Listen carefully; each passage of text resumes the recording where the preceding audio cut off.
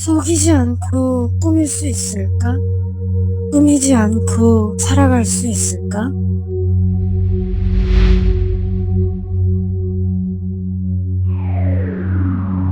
많은 것들이 사람들로부터 평가를 받는다.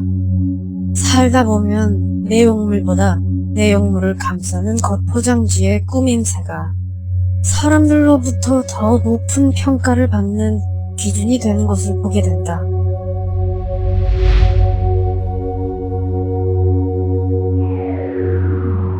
나는 어째서인지 이유를 알 수 없지만 꾸미는 것을 싫어한다. 한번 가정해보고 상상을 해보자. 꾸미지 않은 진정한 모습이 꾸며진 모습만큼 아름답거나 심지어는 꾸민 것보다 더 아름다운 본체가 있다고 상상해보자. 그래서 꾸미고 치장하는 것을 싫어하는 나조차 마음속 깊이 인정을 외치게 되는 무언가가 있다고 상상해보자.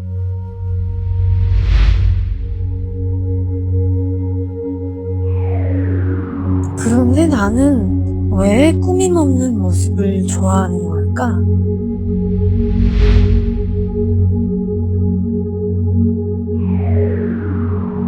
본 모습 그대로를 보여주는 것을 좋아해서일까?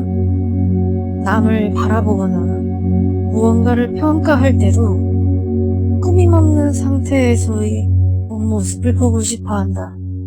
그런데 또 여자의 아름다운 외모를 보고 기뻐할 때는 화장 속 가려진 얼굴에 정체를 굳이 캐묻지 않기도 하니까 항상 본 모습만 보고 평가하길 바라는 것도 아닌 것 같긴 하다.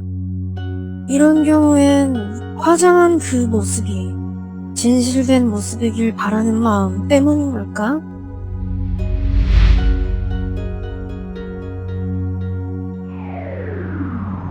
꾸민다는 것은 흉내내는 것일까?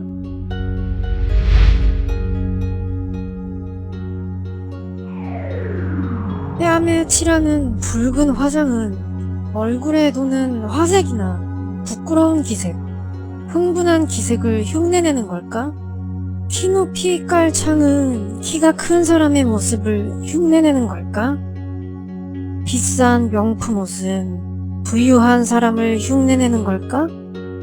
꾸밈과 치장이라는 것은 어떤 이상적 존재에 대한 흉내인 걸까?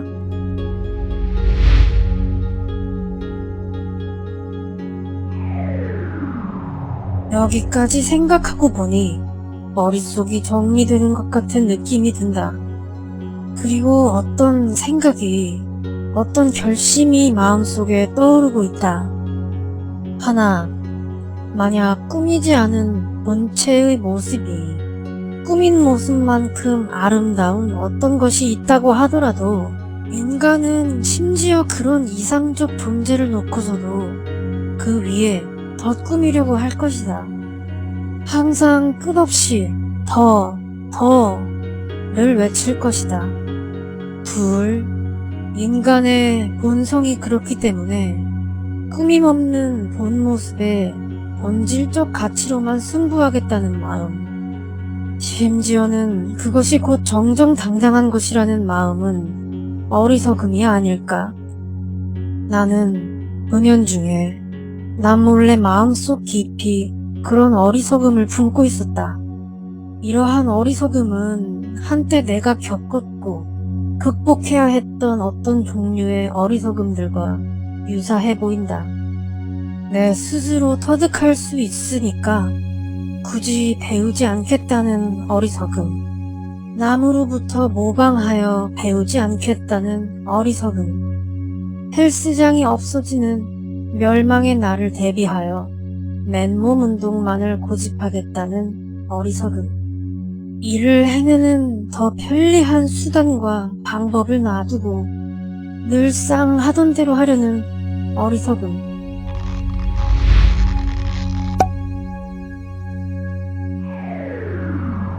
그러나 왜 그런 어리석음들과 비슷해 보이는 걸까? 구체적으로 어떤 부분이 그런 어리석음들과 닮아 있는 걸까?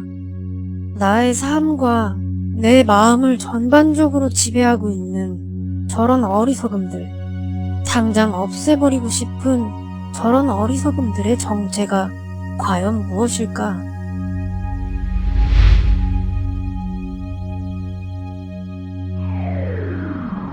꼼수와 버그는 사용하지 않겠다는 마음이 있다. 게임에서 경쟁의 시작선은 모든 참가자가 서로 공정해야 한다는 마음이 있다. 이런 마음들은 어리석다기보다는 대체로 미덕으로 비춰진다.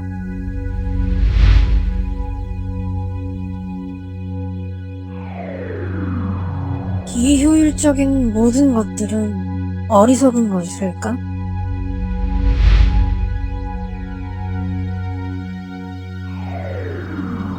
비효율적인 것이 항상 어리석은 것은 아닐 것이다.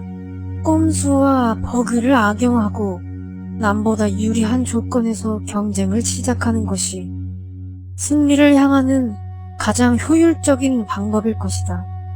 정정당당함을 위해서 그렇게 하지 않는다면 어떤 면에선 비효율적일 테지만 그렇다고 그게 어리석은 것과는 거리가 멀 것이다. 내가 꾸미지 않겠다는 마음은 분명 나의 어리석음에서 비롯된 것이지만 이런 좋은 마음과 교묘히 뒤섞여서 쉽게 나의 어리석음을 떨쳐내지 못하는 것 같다.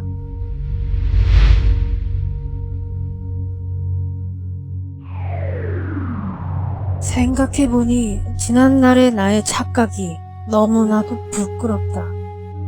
그렇게 뒤섞여 꼬여있는 내 마음속에선 꾸미는 것은 공정하지 않은 것이라는 결론을 내리고 있었다. 그런 나의 착각이 너무나도 부끄럽다.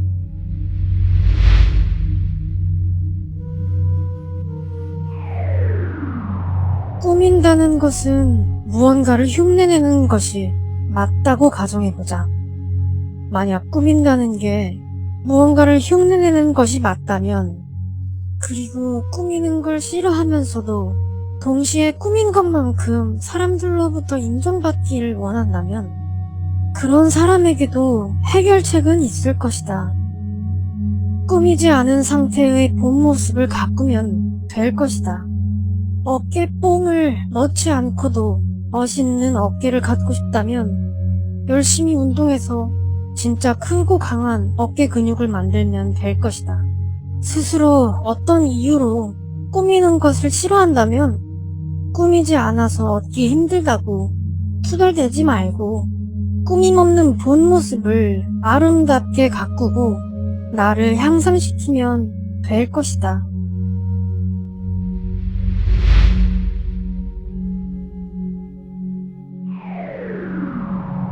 본 모습을 가꾸겠다고 결심했다면 구체적인 방법에 대해서 생각해보자. 내가 선호하는 모습들은 어떤 것들이 있는지 떠올려보자. 그리고 그 모습들이 꾸며진 모습들이라면 어떻게 하면 꾸미지 않은 본 모습이더라도 꾸며낸 모습만큼 아름다울 수 있을지 생각해보자. 꾸민 것들이 흉내내고 있는 본질적인 본체의 정체는 무엇인지 알아내보자. 그래서 그 본체와 닮기 위해서 노력하면 될 것이다. 깨끗하고 깔끔하게 정돈된 것처럼 꾸며진 사람의 본질적 본체는 무엇일까? 예쁘게 화장하여 꾸며진 사람의 본질적 본체는 화장하지 않아도 화장한 것만큼 화려하고 예쁜 타고난 자연미인일 것이다. 화려하고 유행을 선도하고 세련되게 꾸며진 사람의 본질적 본체는 무엇일까? 아마도 대부분은 타고난 재능을 갖고 있거나 부유한 사람들이 그 본체인 것 같다.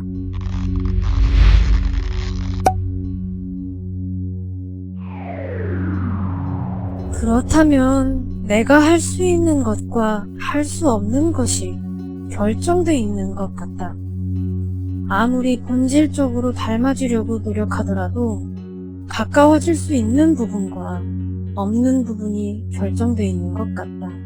타고난 외모나 능력을 흉내내는 꾸밈들은 오직 꾸밈으로서만 그런 매력을 얻을 수 있을 것이기 때문에 꾸미지 않고 본질적인 면에서 닮아지고 싶다고 하더라도 불가능할 것이다.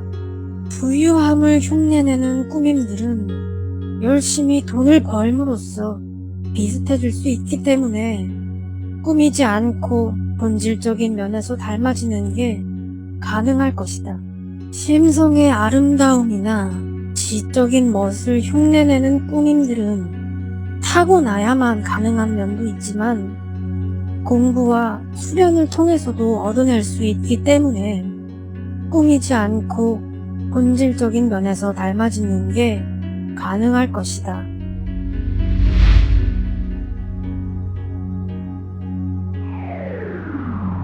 그런데 여기까지 생각에 이르니 다시 거슬러 올라가 보고 싶어진다. 화려하고 유행을 선도하고 세련되게 꾸며진 사람의 본체는 무엇인지 궁금해했었다. 아마도 그 본질적 본체는 센스, 발휘할 수 있는 감각적인 능력을 갖춘 사람이 그 본체일 것이다. 만약 그렇다면 모든 꾸밈이라는 것은 자신이 발휘할 수 있는 감각적인 능력이란 면에서 흉내내는 것이 아닌 능력자가 갖추고 있는 본질 그 자체일 수도 있지 않을까? 이렇게 생각하고 보니 앞서 내가 했던 모든 생각들에 큰 문제가 있었던 게 아닐까 생각을 하게 된다.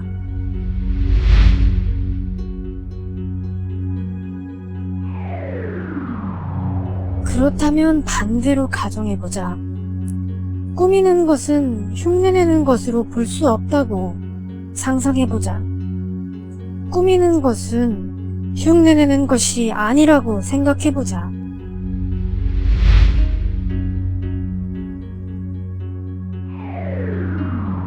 꾸며진 대상이 있을 때 대상은 대상대로, 꾸민 사람은 꾸민 사람대로 따로 있을 수도 있다. 모델은 가만히 있고 화장만 다른 사람이 해주는 것처럼 말이다. 나는 그동안 꾸며진 대상 한 명만을 보고 본질에서 벗어났기 때문에 꾸민 모습이라서 싫고 꾸밈 없는 모습만으로 판단하고 싶다고 말해왔다. 그러나 화려하고 유행을 선도하고 세련되게 꾸밀 줄 아는 사람의 본질적 본체가 그런 감각적인 멋을 부릴 줄 아는 능력을 갖추고 있음이라는 하나의 본질적인 아름다움이라면 나는 생각을 바꿔야 하지 않을까? 꾸며진 대상이 있다면 본질적 아름다움 위에 또 다른 본질적 아름다움을 얹은 것이지, 자신의 미흡함과 부족함을 채우기 위해 술수를 쓴 게 아니라고 생각해야 하지 않을까? 아마도 그런 감각적인 멋을 발휘할 때 대체로 흉내라는 요소를 사용하는 경우가 많기 때문에 감각적인 능력을 갖춘 능력자의 본 모습을 온전히 바라보지 못했던 게 아닐까?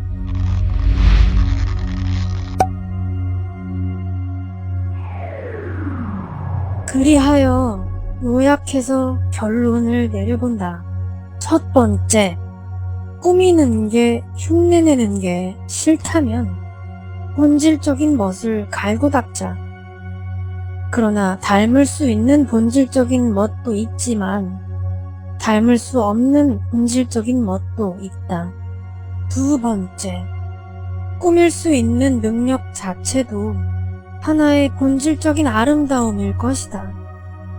꾸민다는 행위 자체를 나의 미흡함과 부족함을 채우기 위한 꼼수로 바라보지 말자.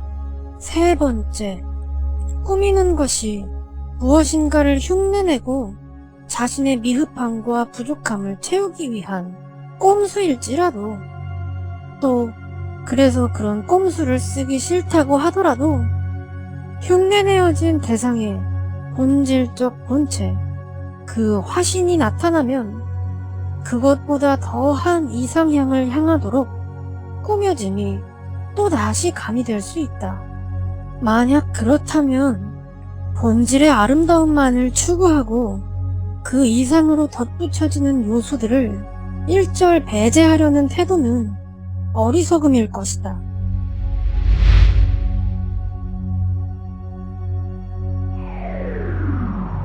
어째서 다른 사람들이 그렇게 할 것이기 때문에 본질의 아름다움만을 고집하는 내 마음이 어리석음이라고 말할 수 있었을까? 여기까지 생각해보니 이제서야 그게 왜 나의 어리석음이었는지 이유를 말할 수 있을 것 같다. 나는 마음속 깊이 어떤 가정하는 마음을 품고 있었던 것 같다. 궁극적인 아름다움에 품격의 수준을 미리 정해놓고 그런 궁극적인 아름다움에 도달하는 방법은 오직 본질적인 아름다움의 향상 외에는 답이 없을 거라는 가정이다. 그러나 애시당초 나의 목적은 본질적인 아름다움을 향상시키는 것이 아닌 아름다움과 품위의 향상이었다. 아름다움과 품위의 향상만을 바라보고 목표로 삼았으면서 어느 순간부터 본질적인 아름다움만 생각하고 있던 것이다. 본질적인 아름다움에만 집착하여 포괄적인 아름다움을 바라보지 못한다면 그것은 잘못된 마음일 것이다. 만약 그런 잘못된 마음을 품고 있는 나조차도 내가 품고 있는 궁극의 이상적 아름다움, 본질적 아름다움이 도달할 수 있는 최상의 상태에 도달한다면 그 이상으로 꾸며주고 치장하는 일을 기꺼이 하게 될 것이다. 어쩌면 잘못된 마음을 품고 있던 나는 그때에 가서야 비로소 꾸며주고 싶은 마음을 먹으려고 했는지도 모른다. 그리고 그렇게 되기 전까지는 본질적인 아름다움 외에 부수적으로 꾸며주는 노력과 시간을 일절 할애하고 싶지 않았던 것인지도 모른다. 그러나 그런 이상적 상태는 현실적으로 한 인간의 삶에는 영원토록 오지 않는 상태일 것이다. 불가능한 것을 바라는 마음을 품고 있다면 그것이 곧 어리석음일 것이다. 현실을 살아가기 위해서는 항상 자신이 낼 수 있는 최상의 포괄적 아름다움을 뽐내며 살아가지 않으면 살아남기 어려울 것이다. 아무리 날고 기는 누구나라도 그럴 것이기 때문에 아무리 본질 추구형 삶을 산다고 하더라도 꾸며주는 요소도 함께 개발하면서 사는 것이 정상적인 태도일 것이다. 나는 그동안 양쪽 팔을 놔두고 한쪽 팔은 접어놓은 채 살아온 게 아닐까.